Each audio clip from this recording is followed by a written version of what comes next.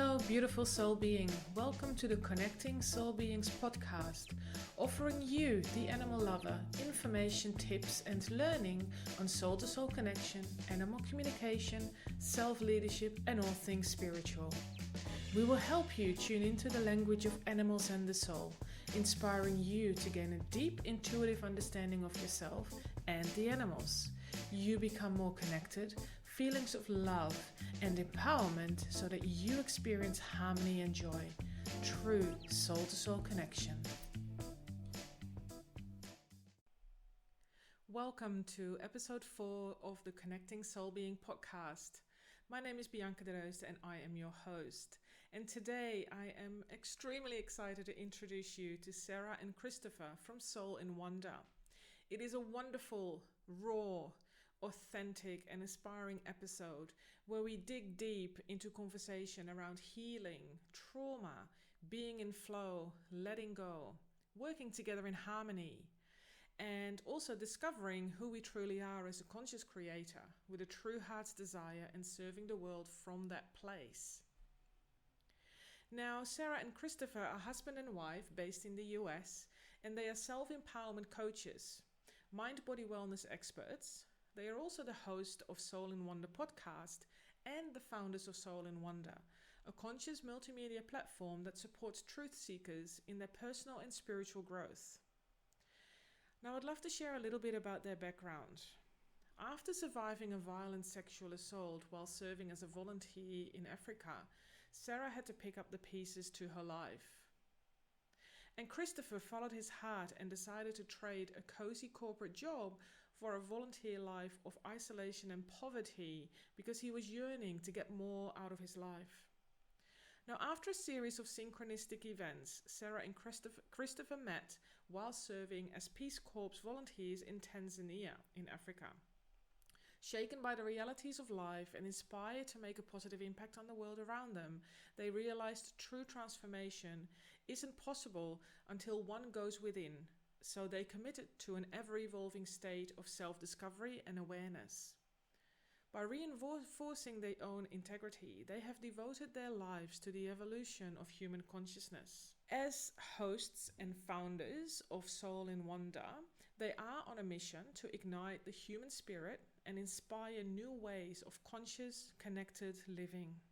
Through the power of self-exploration, they support truth seekers worldwide on their journey of personal transformation and spiritual growth. I invite you to listen to this wonderful conversation. We start off by talking about how we evolve as humans, but also how we evolve as servers of the world. Both Christopher and SARA, they serve us, they serve everybody around the globe, and so do I. And so we start a conversation off by explaining how we evolve by helping you to truly go within, to finding your true self, and how we actually learn from that process to help people more around the earth. It's a fun conversation as well, and I can't be more excited to get you to listen to these two amazing, wise, and loving souls. So sit back, relax, grab a cup of your favorite beverage, and enjoy the ride. It's interesting because the work that we do, it's very much about just tuning in all the time, right? And then just allowing everything else to come through in terms of what is required to do. So it's forever evolving. Mm-hmm. Cool. And that's the exciting thing about it, I think. A lot of people get stuck in one idea or one way of doing things, and they're not able to be flexible and to pivot to what it is their soul is telling them, because, it's one of those things where, especially in this type of business, where you're working with people in their most vulnerable state and transformations, that there are different evolutions of yourself through working with people like that in that space. And you start to come up with new ideas, and it's just, I don't know, it's exciting to. And you evolve through it. Exactly. Yes. It's all fun. Yeah, absolutely. Fun. Sometimes, yeah, a lot of fun. You get a lot of joy out of it, but sometimes you get also in this space of, oh my God, what just happened? I'm going through another level up, you know. It's and that's a readjustment again, and it's sometimes you go a little bit down. Yep. There's this steep curve where you go up again, and you get so It's many that roller coaster. learning. Yeah, exactly. And I Oh think man. for people like you and me, it's even more intense because we are so strongly connected to all the channels that we have coming through that it's just, whoa, sometimes you just bang, there's another piece. We have to like tell each other when we need to slow down a minute, like, because you get all these downloads that your body can't possibly contain all of that energy at once, and after a while you have to come down from the clouds and root into the earth for a bit, because you're not sleeping from the excitement. You're getting woken up in the middle of the night getting information on how to help people, how to serve people, how to serve yourself so you can serve people. And then, you know, being two of us, we feed off each other, and it's like this constant, like, what's the word, undulation of just receiving and putting out and receiving and putting out. And sometimes amidst the personal growth that goes into it and our own individual unfoldment as sovereign beings together in this, and it's a very interesting flow the way that works. But you know, we do our best to embrace every moment, even though things we've have broken down into tears. And I mean, it's been faced fear head on, you know, walked right into that darkness to clear it. But anyways. Yeah, it's it's a wild journey. It is, but you know what, that's why we're doing it, right? It is, exactly. Sometimes I don't know why, but you know. I so understand that. But you know, you never get bored. That's always a good thing. That's for sure. Boredom has not been in our vocabulary I don't know. For a very long time.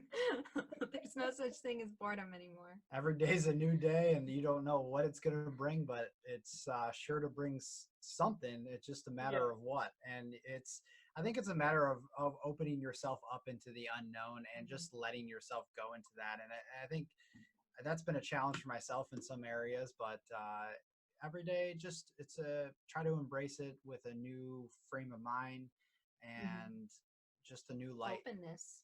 Yeah. Openness. So. Yeah. So how do you keep that momentum going? Rest. Lots of rest. Knowing when to honor rest. That was a huge challenge for us in the beginning because, you know, we live in a culture that's very focused on achievement and status and recognition. And so if you're resting, you're quote unquote lazy, you're not doing enough. And I think that's been one of our hardest masks to pull off and burn in the fire is believing that we are not believing that we are lazy and useless and worthless when we're resting. I learned that on a very deep level when I got pregnant, because I got so sick in the first trimester with nausea that I didn't leave the couch for a month and a half. And my mental capacity was so burnt that I was just like, well, I'm nothing right now. But obviously I was everything. I was working so hard. My body was working so hard to grow life. And here I am, you know, bogged down on myself about not getting enough work done. And it's like, we had to learn how to honor that rest, how to take a break, how to really slow down, and just, instead of getting caught in this trap of the hustle bustle life, like, oh, you have to work hard to make this happen. We started to figure out that's actually just a belief. That's a belief that we can challenge. And so we've incorporated rest a lot now, even when our logical mind or rational mind might say that it's counterintuitive. If our soul is telling us you need a break, you need to slow down, you need to rest, this is how you can do it, then we listen. No questions asked. And it always works out for the best. We're able to show up with more enthusiasm and excitement for the parts that do require that, and we don't have to show up for as long because we have gathered ourselves. And it's just the deeper layers of conditioning that we've all endured, and trying to really get down to the root of where all of that is coming from. And that can be tough at times because it's really deeply seated in the subconscious. And back to what Sarah was saying a little bit, it's really the mantra of working smarter and not harder, and really keeping that focus. In times like right now where we're trying to launch this event and going through all of that, sometimes, there's been very late nights for myself, 12, 1 o'clock, and of just working to try to get things up. But overall, from I guess an everyday perspective outside of a launch of something, it's very much balance and a little bit more intentional than it was before. I would definitely say that, speaking for myself, that I've had workaholic tendencies in the past of wanting to achieve and do rather than to be and really settle in to my center. And that's an everyday discovery for myself, and I'm still learning to find that center and really just hone in on that even more. So it's an everyday unfoldment, and it's something that I embrace. But I think the awareness of it, just like anything else, is the most important. Having the awareness that you're possibly blocked in one area, or you could maybe be a little bit better in a sense, than just knowing that, I think is so important. And then taking inspired action to be able to get to that place that you want to be within yourself. Exactly. Well, yeah. I was just going to say that Mark Nepo, who we just interviewed on our Soulvolution event, he was talking about feeling blocked, like creative blocks, just life blockage. And he's like, that means you're just not present.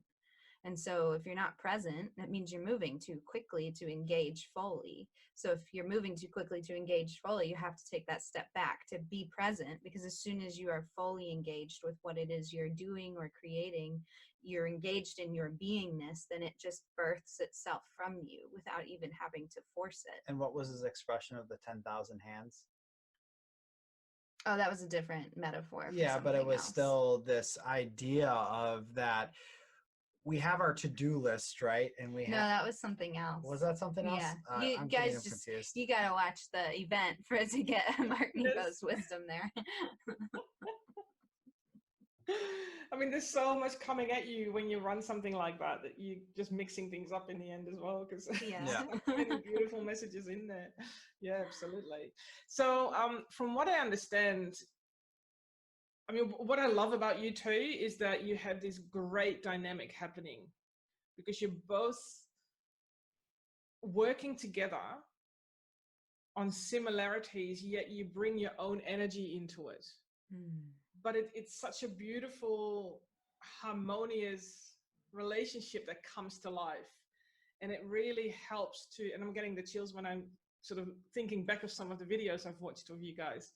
It's just so wonderful to see that, because, and in particular, without sounding sexist here, from a male perspective, to be in this space, because often us as females, we're very much in tune with all this spiritual stuff and channeling, and because it's such a feminine way of doing things, yet the masculine side is something that we learn as well. And to see that from you, Christopher, is just amazing, to see how you balance those two really nicely, because that's how, I don't know how it feels for you personally, but when I listen to you guys have this beautiful harmony happening between the masculine and the feminine, but both individually you balance it really nicely as well.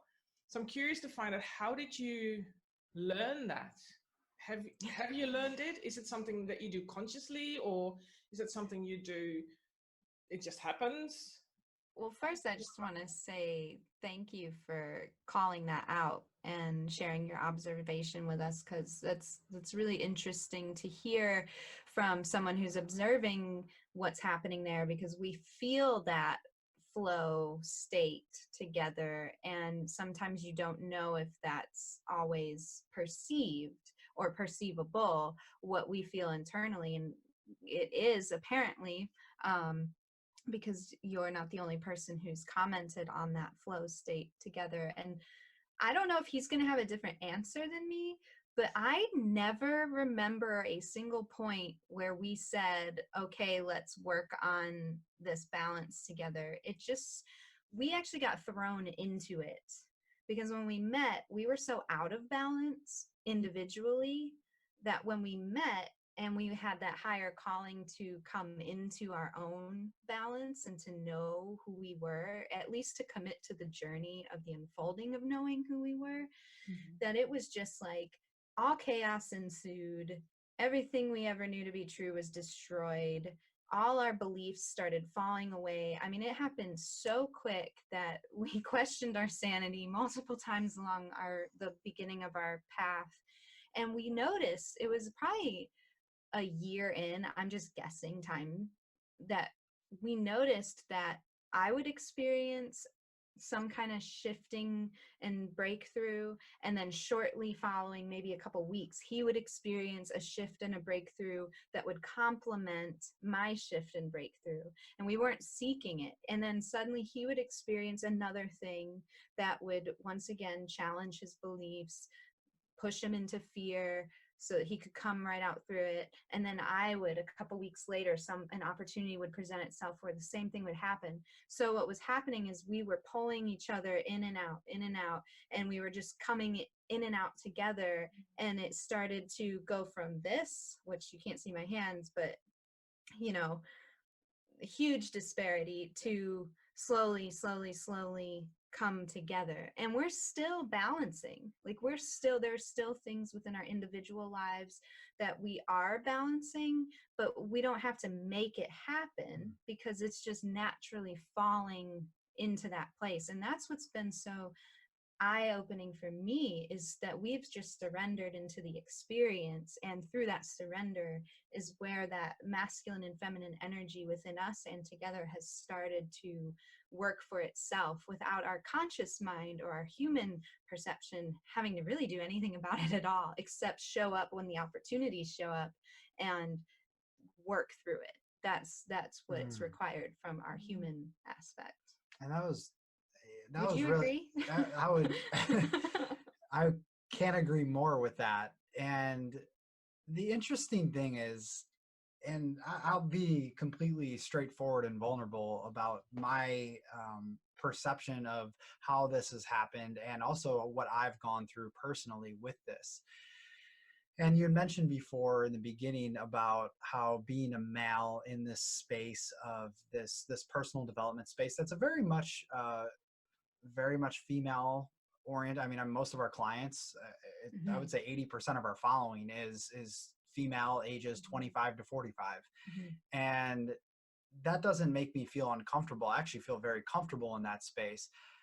The interesting fact about all of this is that through this and through this experience with SARA and through this business and everything that we've done, it's actually been more of this opening into more of a masculine power that I'm still fine tuning, that I can hold space in that feminine energy, but there's this part of this, this seed that I can feel within myself that is still, it's waking up day by day by day. And I notice when I try to force that opening into that, it starts to diminish, and I get too in my head and not enough in my heart. And every day, and this is the balance that SARA was talking about, it's these crazy shifts, and then it starts to balance out a little bit more and more, and then at that point it's the continuous surrender and opening to whatever that energy is.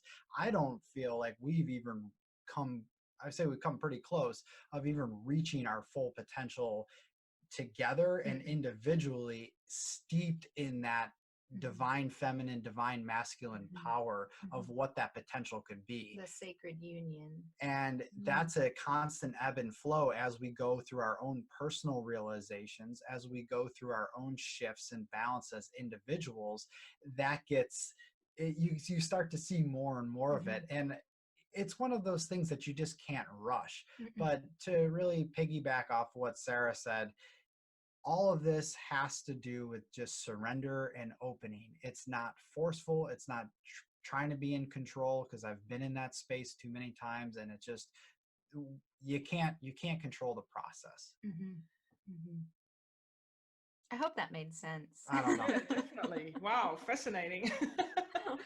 Because it doesn't make sense to us sometimes. We're just like, what is happening in our lives? And sometimes you feel really alone in the journey. And the one difficult thing I think I've had to deal with as a man in this space is connecting with my intuition, connecting with myself. That's not foreign. That is an everyday thing. It's connecting with other males that, in this society that we have, this patriarchal society that's based on competition, that's based on everything that we've lived for so long, it's hard to find other males that are on this journey. And so a lot of times I feel completely alone in this. And I know there's other males out there. Well, and even females who are dominated by that wounded masculine within themselves as well. Exactly. So there's a lot of females that are out of balance and are very much expressed as that really powerful and dominant masculine energy. But it's hard to find males with that soft edge, and to connect with other males that have that soft edge. And not to say that they're not out there, but I think that's been a really difficult thing for myself, and just kind of feeling a little bit alone in some areas. Yeah, and it's completely understandable as well, because even, I'm 100% convinced that there are so many other males out there that are experiencing exactly the same thing. It's just really difficult for them to reach out and to actually talk about it, because it might be seen as, oh, well, you're such a softie, whereas it's not, because it's actually more powerful to acknowledge that they do experience all these things as well. And yeah, it's been fascinating, because I have been talking to a lot of other males as well in this space. And it's really wonderful to see the ones that do acknowledge it, and you actually ask the questions, that they actually open up and they're becoming more comfortable with that, what they are experiencing. And it's easier then for them as well to give it a place. Because a lot of males have been grown up into, and especially here in Australia, they're growing up with the idea that they have to be tough, and it's so ego driven that they have no idea of, wow, I actually can look inward to see what's going on there, and allowing themselves to do that. Oh, go ahead. I'm sorry. No, that's fine. So yeah, and that's why I want to explore that more, because like you, probably about 90% of my clients are female as well, and the audience that I have. But I've seen in the last 6 months that I'm also getting more male clients now. And some of them say, oh, wow, I'm so skeptical towards all of that. But they're really curious. And that curiosity you can feel, because they're not really knowing, what questions do I ask around this? How do I explore this? And is it safe to do that? They're really protecting themselves. You can feel those walls just coming up left, right, and center. Yeah. I would definitely say the male clients that I have worked with in a one-on-one capacity had the most walls towards me. It was like I had to prove myself to them that I was someone trustworthy enough for them to open up. And that, I don't think they were doing it intentionally. I think it was just so much programming that it was just, I had to take a chisel and just keep hammering away wall after wall after wall. And I definitely would have to take a different approach to the male clients that I've worked with versus my female clients. Yeah. A little bit more rough around the edges, a little bit more sassy, a little bit more like, kind of tough love type approach. And I've only had a few one-on-one male clients. The rest have been female, but it's interesting. It's definitely interesting to see. And not every male is the same. Not every female is the same. No. We know that, but from my personal experience, that's been interesting. Well, and I think also a lot of what's taken place outside of the programming and conditioning is that, because of the programming and conditioning, I should say, the older generations, the fathers of these young men that might be coming to you, never got a proper initiation into manhood. They were told, all of what a man should be. And a lot of this was just completely false identity of what a true embodied masculine presence really is. And without that or without that initiation from a father figure or an elder, you look back into ancient cultures, you look back into Native American cultures here in the United States, possibly in Australia with the Aborigines. And a lot of this was very much community driven. And the boys were initiated into manhood in a way that wasn't this competitiveness, this violence. It was more of this embodiment of this strong yet grounded presence. And a lot of us, including myself, have missed out on that. And so we're trying to figure this out along the way and trying to find tools and ways to just be steeped deeper into this more grounded and embodied presence. Yeah, that's beautifully said. And I also think that for females as well, that because we have such experiences in terms of what society is expecting, that females are struggling with this as well, just as much, because some females that I've encountered, they are actually too masculine, and they need to learn how to tap into their femininity, at the same time. So because that masculinity could potentially block the energy flow that they have for themselves. So, which has also been quite an observation in the last couple of years too. And coming out of the corporate world, I've worked in the corporate world for over 20 years. I've had to struggle with that too, because it was very, especially the financial world, it's very male driven, high egos. So to then even experiencing this transition from,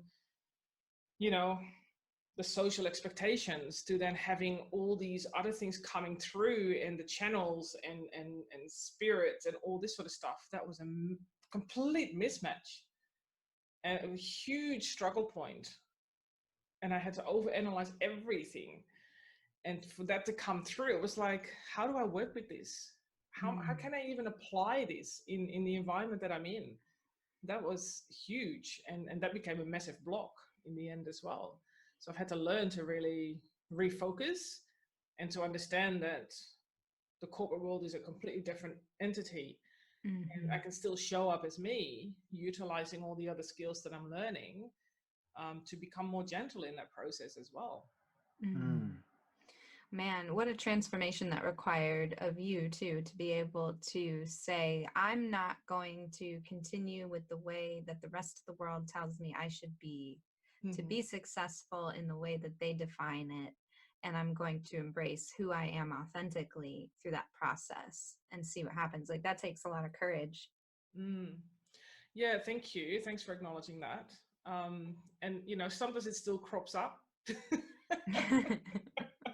It's a lot easier to deal with, you know what I mean? But then it crops up because there is some underlying trauma or blockages that I haven't dealt with yet. It's Sure. This residue, right? And sometimes it just crops up again. And then it's like, okay, what is that? What does it mean right now? Do I need to use this right now?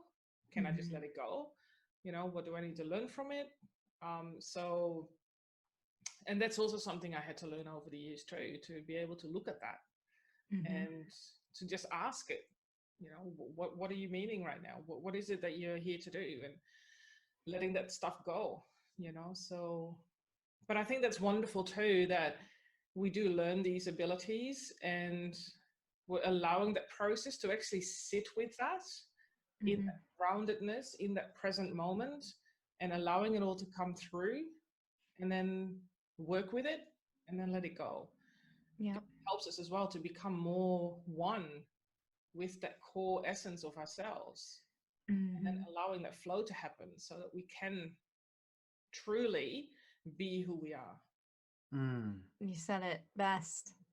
And I think it's really important. And I'm so glad that you shared that because, again, it comes down to the awareness of what's happening and being able to move through that instead of around it and run away from it. Because the more you run away, the more that darkness is going to grow more and more. It's, Sarah especially is very much involved in working with the shadow and doing a lot of shadow work. And that is some of the most important work, to really look at all parts of ourselves and to move through that energy. And I think, to second part that too, it's really important that we look at our attachments. What beliefs, what values, what different things have we been attached to our entire lives because of the conditioning, because of the programming, and then being able to really look at those from a high level overview and being able to let go when we need to. And I think that's been one of the most difficult things for myself, and probably one of the hardest lessons to learn, is to look at where I'm attached to, what ideas I'm attached to, and then be able to realize whether that serves me or it doesn't anymore. And this conditioning goes deep. There's always more layers, there's always more discoveries. It's once you reach one layer, there's always another. And it's until there isn't anymore. Until there isn't anymore. And then there's another one. Maybe, but maybe not. So, or at least one of a different kind. One of a different kind, exactly. Yeah. So it's an interesting process, but the way I look at this entire journey is it can be terrifying, it can be exhilarating, it could be, name the emotion, but I would choose this over complacency, over ignorance, over just being completely comfortable in my little bubble, because I've been there before.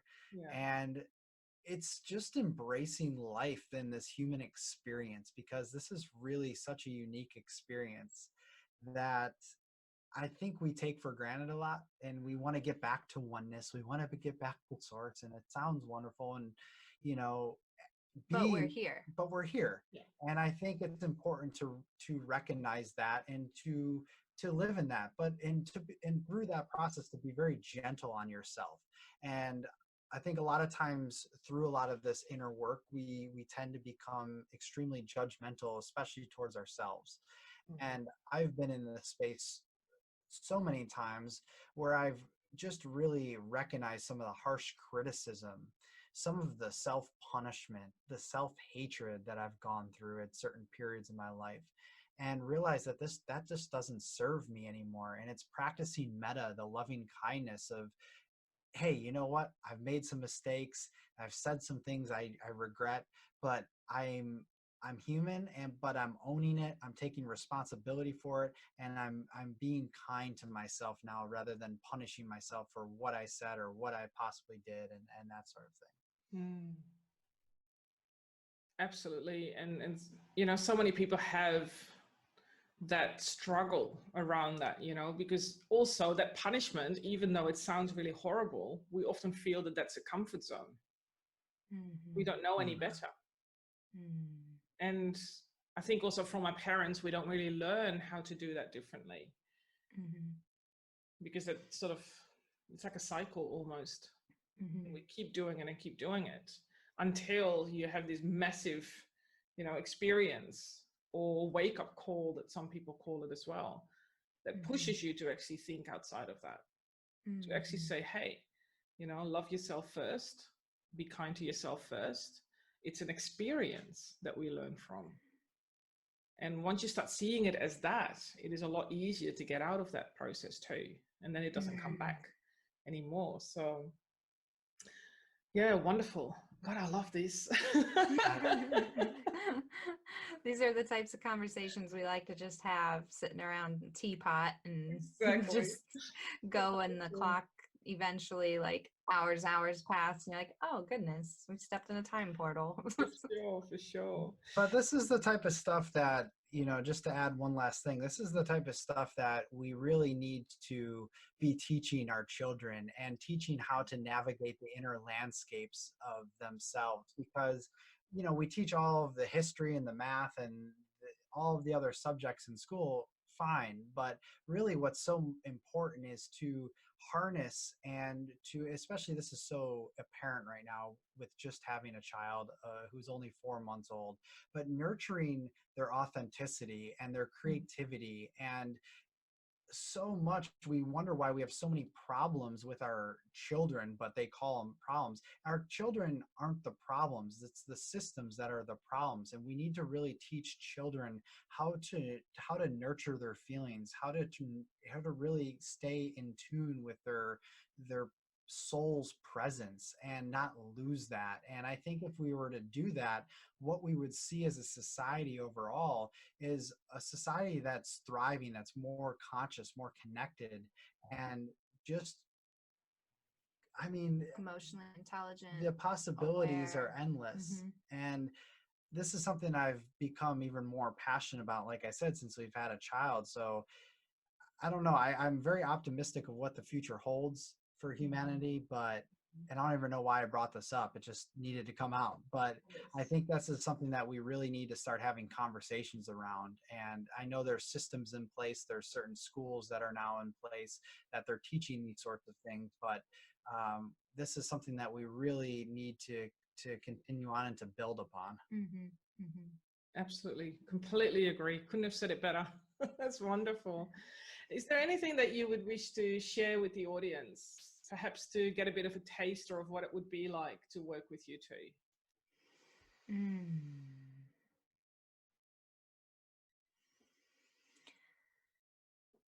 Chris and I like to say that we are the shit stirrers of our community, online and in person. I'm sure sometimes we leave family gatherings or social events and there might be a few people talking about us when we leave, because we don't necessarily go in intentionally to stir the pot, but we live by our values. And as soon as we are not living by our values, we recognize it and we do the work to realign with the values.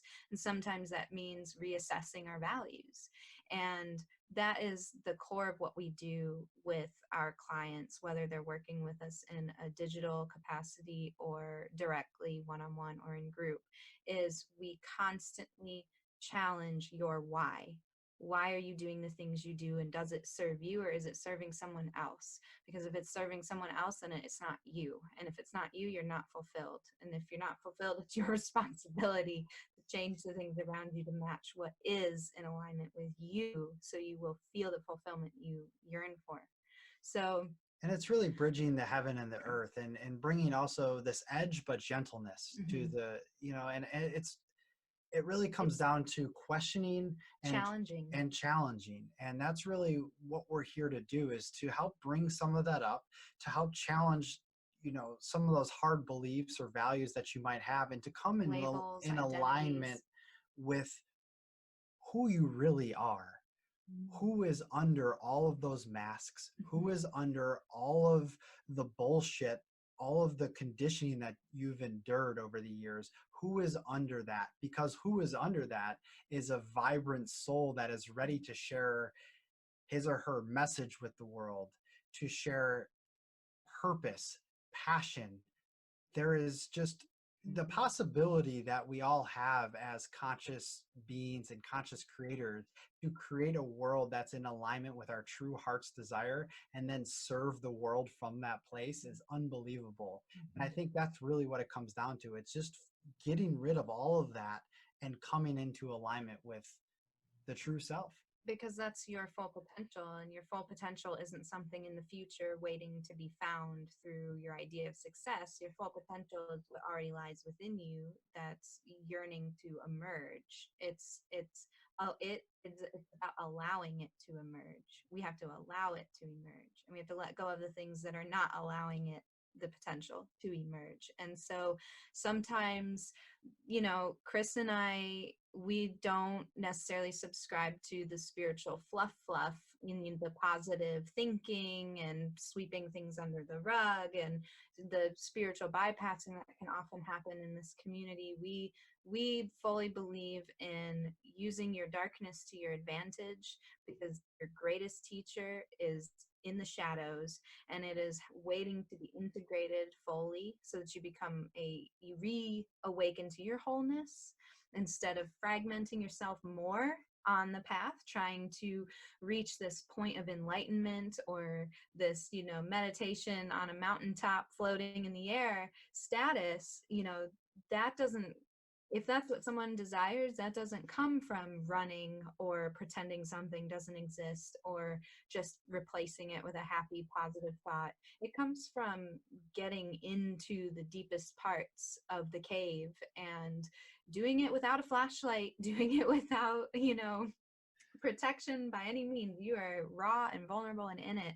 So Chris and I will take people there, and it can be scary. And if it's not scary, then you're probably not getting deep enough, because we've gathered a lot of shit throughout this lifetime, and it's a little scary to let that go. So Chris and I, if it's one thing that we've learned through our personal experience of having to go through our own darkness to emerge into our light and continue that process as it unfolds, is to challenge but be kind, rattle the cage, but also provide a helping hand.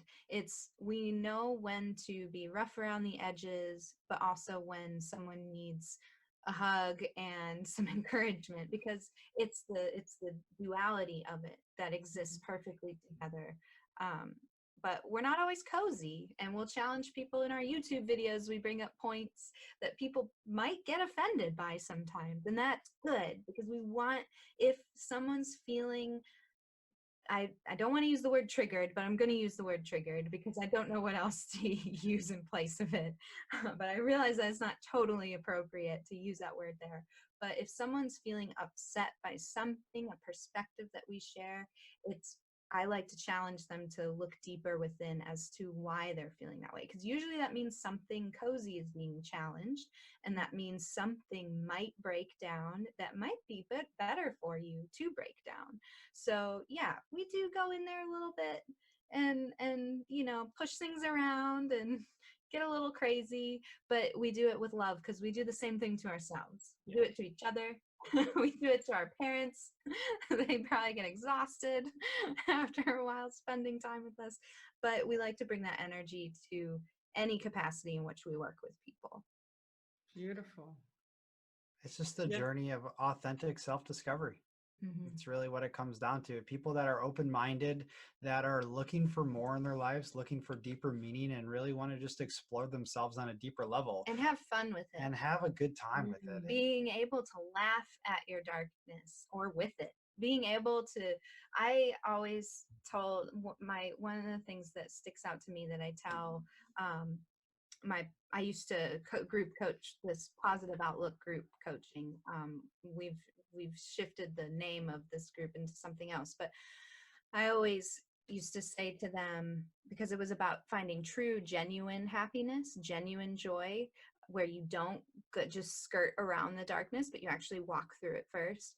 And I told them that when you are in the middle of your darkest storm or a dark storm and can smile and feel joy at the same time, that is freedom. And that is enlightenment to me, because that's the paradox of being a spiritual being in a human experience, is there will be darkness and light that can coexist. Mm-hmm. Darkness doesn't have to consume us. We can be laughing and having a jolly old time even when the rain and lightning is falling down around us. And so that comes with a certain element of, one, curiosity about life, and finding humor in the craziest things that happen to us, because it doesn't mean you're negating the experience. It doesn't mean that you're excusing anything or pretending that's not happening. You're just able to see from a higher perspective that some of this is kind of funny, the way all has to happen to work out, and that all things do work together for the good. And when you can see that, it is funny in a very twisted way. It can be humorous. And so that's we like to try to help people bring themselves into that space as well. Wonderful, wonderful. And I've also seen on your website that you are launching Solvolution from the 2nd to the 5th of February. So tell a little bit more about that. Yeah, so Solvolution 2020 is an event that we put together with 16 personal development experts and spiritual teachers who are all really helping people on their path of self-discovery, supporting their growth, healing, transformation, evolution, and bringing really a lot of the things that we hear in self-help books and spiritual texts, really just bringing this information down to earth into practical, actionable steps that people can take to really start to enrich their lives. And so we, again, taking that approach of bringing heaven down to earth, we wanted to bring people on that, one, have been on our podcast that we trust and really like, and two, other people that we followed and people that have really inspired us along our journey. And so this event was just a culmination of a lot of different things, and we're really excited about this. And even if people are listening to this after the 5th, after the whole event ends, they can still go to the website and check out the event and opt in to get some of the interviews and all of that. So it's going to be really exciting. I'm really looking forward to launching this. It's been a lot of work, but it's going to be, I think, really, really, it's going to go over really well with people because they're going to get a lot out of it. Fantastic. I'm looking forward to listening and yeah, learning and being inspired as well by other people, because it's always wonderful to learn from others in that space as well, and to find new people that are doing similar work and helping humanity. That's really amazing. Thank you, thank you, thank you. I really, really enjoyed having this conversation with you. I honor your authenticity, your vulnerability, and I thank you so much for doing the important work that you do in the world. It adds enormous value, and you are an inspiration to many of us. So thank you so much. And thank you for everything you do. We're all part of this collective puzzle, and we're all just as important, and our uniqueness is just bringing that uniqueness out into the world is so, so important for the evolution of humanity. So thank you for everything you're doing as well. And just, yeah, had a great time. Wonderful talking. Really enjoyed this. Thank you. Thank you so much for listening to yet another inspiring, high vibration episode of Connecting Soul Beings podcast. I truly love receiving your comments, stories, and feedback. Keep connecting, as they are truly inspiring. The easiest way to connect with me is via my website, www.biancadereus.com. You can also find me on Facebook, Instagram, and LinkedIn under Bianca de Reus. If you love our community and this podcast, you can help us by sharing and liking the show via Pippa, YouTube, iTunes, and the website. And if you feel that Connecting Soul Beings and myself can help you connect to yourself and the animals, then hop on over to www.biancadereus.com and find out how we can truly connect and help you along. Thank you again so much. Stay connected.